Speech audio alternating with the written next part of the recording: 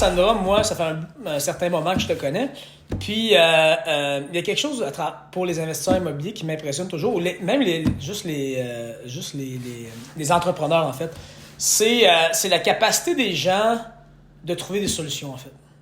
Puis toi, tu m'as impressionné parce que, comme je te disais juste un petit peu avant, tu fais des offres d'achat. Puis moi, je l'ai fait aussi beaucoup. Tu fais des offres d'achat sur des immeubles, sur des propriétés, puis tu sais pas comment... Tu sais, t'as pas... J'imagine qu'il y en a beaucoup, tu sais pas comment tu vas réussir à les acheter, par exemple. Ou tu sais pas qu'est-ce que tu vas faire avec le projet, tu sais.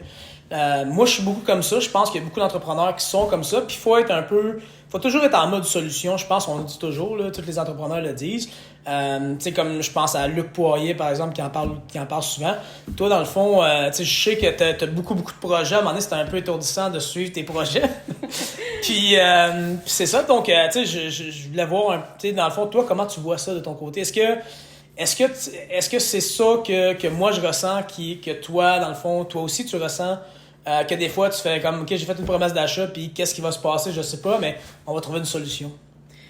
Ouais, ben tu sais, c'est sûr que il y a toujours un plan A, B, C, D dans ma tête souvent, quand même, quand je fais une promesse d'achat, mais il y a rien de fait. Tu sais, c'est comme, il y a des solutions, je sais qu'il y a des solutions, puis je sais que je vais trouver une solution.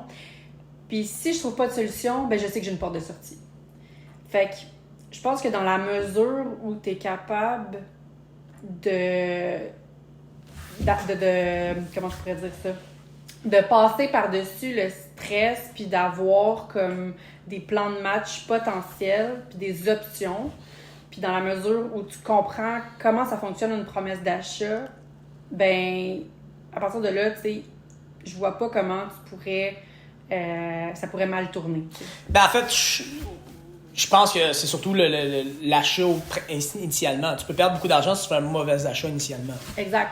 Dans la mesure où tu sais que le deal, il y a un potentiel puis il est bon, il y a toujours une façon de faire une offre d'achat de manière à te protéger, puis de te donner le temps de trouver une solution pour l'acheter. Puis dans le pire des scénarios, ben, tu vas avoir une porte de sortie pour dire ben ça marchera pas, mais au moins j'ai essayé.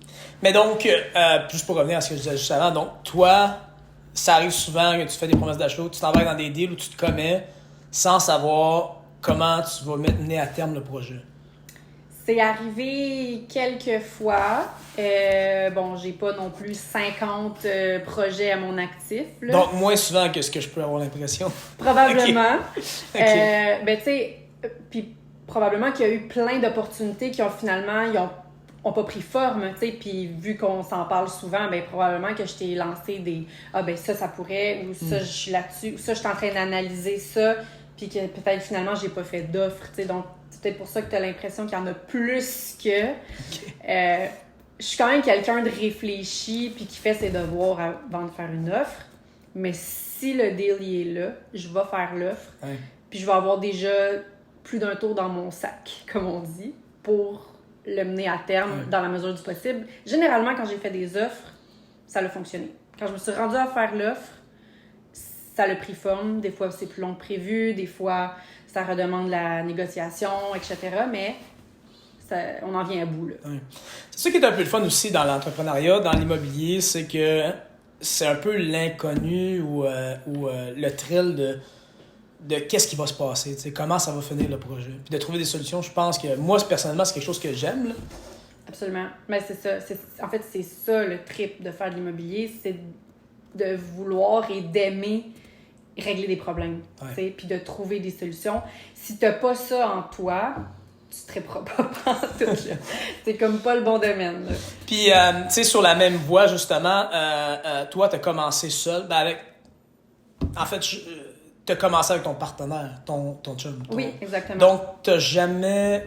J'essaie juste de réfléchir au deal que t'as fait, mais t'as jamais fait de deal seul, en réel, vraiment, là. Seul à 100%, non. Okay. Si c'était pas mon chum, il y avait un autre partenaire. Est-ce que c'est parce que toi, t'aimes mieux toujours être avec quelqu'un d'autre, ou est-ce que tu te vois faire des deals seul? Honnêtement, j'aime vraiment la synergie d'équipe, de groupe. Je réfléchis mieux à 2 ou 3. autant que des fois ça peut être contraignant, c'est vrai d'agir à 2 ou à 3, mais autant que je vois plus de positifs que de négatifs en général. As-tu déjà eu des mauvais partenariats?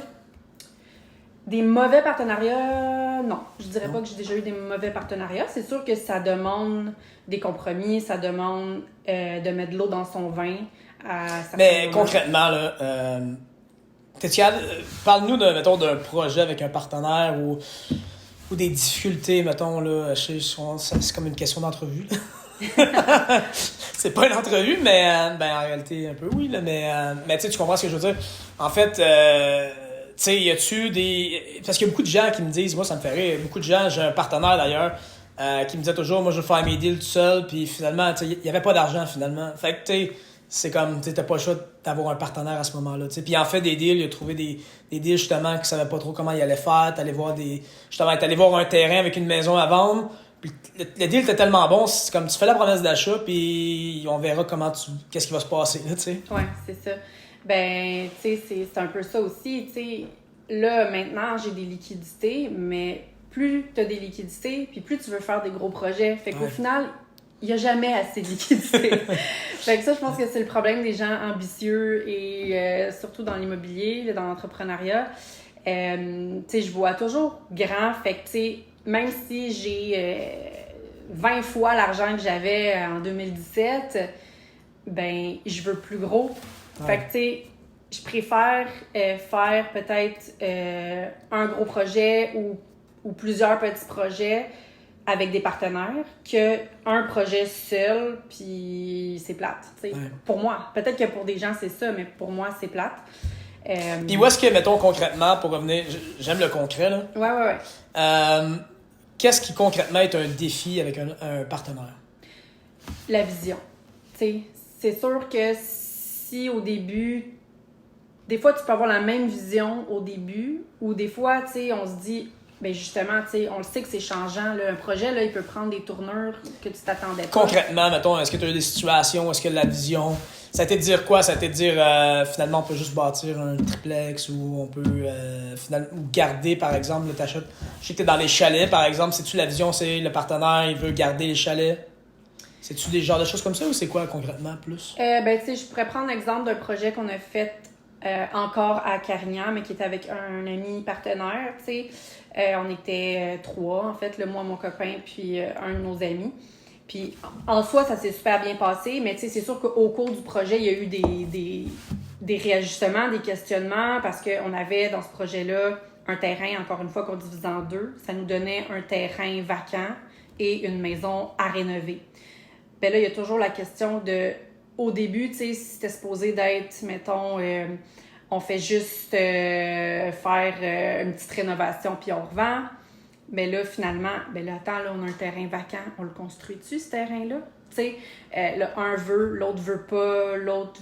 Tu sais, okay. Tu sais, c'est de dire, OK, ce projet-là, il y a plein de possibilités. On fonce, on l'achète. On n'a pas toujours le temps de réfléchir à tous les détails. En fait, on n'a jamais le temps de réfléchir à tous les détails quand on achète. On se lance, puis on se dit, OK, on regardera après qu'est-ce qu'on fait. Mais là, c'est là où des fois où... Si tu penses pas aux détails, tu penses... Bigger picture, tu penses... Tu penses big picture, puis tu penses worst case scénario. Okay. Si tu as fait le tour du worst case scénario puis qu'il y a encore de l'argent, tu y vas. Moi, c'est comme ça que c'est comme ça que je réfléchis mes projets.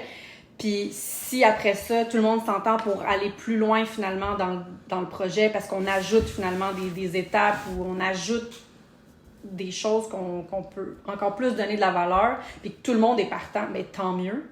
Ouais. Mais il faut aussi être prêt à être résilient puis dire ben, peut-être que mon partenaire n'embarquera pas. Puis s'il n'embarque pas dans ce deuxième volet-là du projet, ben, peut-être que je suis pas capable de le faire tout seul. Ouais. Puis peut-être que ça tombe à l'eau. Mais à la base, le projet il fonctionne quand même. Puis as-tu réajusté un peu ton worst case scénario? Est-ce que tu l'as réajusté avec la situation économique actuelle? Parce qu'on sait que c'est très changeant actuellement. On ne sait pas où ça s'en va. Absolument. Ce projet-là qui a été fait exactement dans la période où les taux se sont mis à monter, j'exagère là, mais de semaine en semaine, ouais. Notre worst case scénario à la fin, c'était on break-even. OK. C'était ça. Mais le worst case scénario, c'était pas le worst case scénario du début. Non, c'est ça. on a vraiment été contents finalement parce que ce projet-là, il a quand même généré un profit intéressant dans les circonstances. Mais ça aurait pu être un flop. Ouais. On a eu cette crainte-là. Le worst case scénario, c'était peut-être on fait 100 000. Puis finalement, ben, ça a été on fait 80. Dans les circonstances, on était vraiment contents. Parce que à la fin, on se disait, si on break even, on est chanceux. Ouais. Les taux avaient monté de comme 5% dans le temps du deal. Juste pendant la période où on rénovait puis qu'on faisait nos démarches avant de revendre. Ouais. Mais il faut être prêt à ça aussi en tant qu'investisseur. Ça fait partie de la game.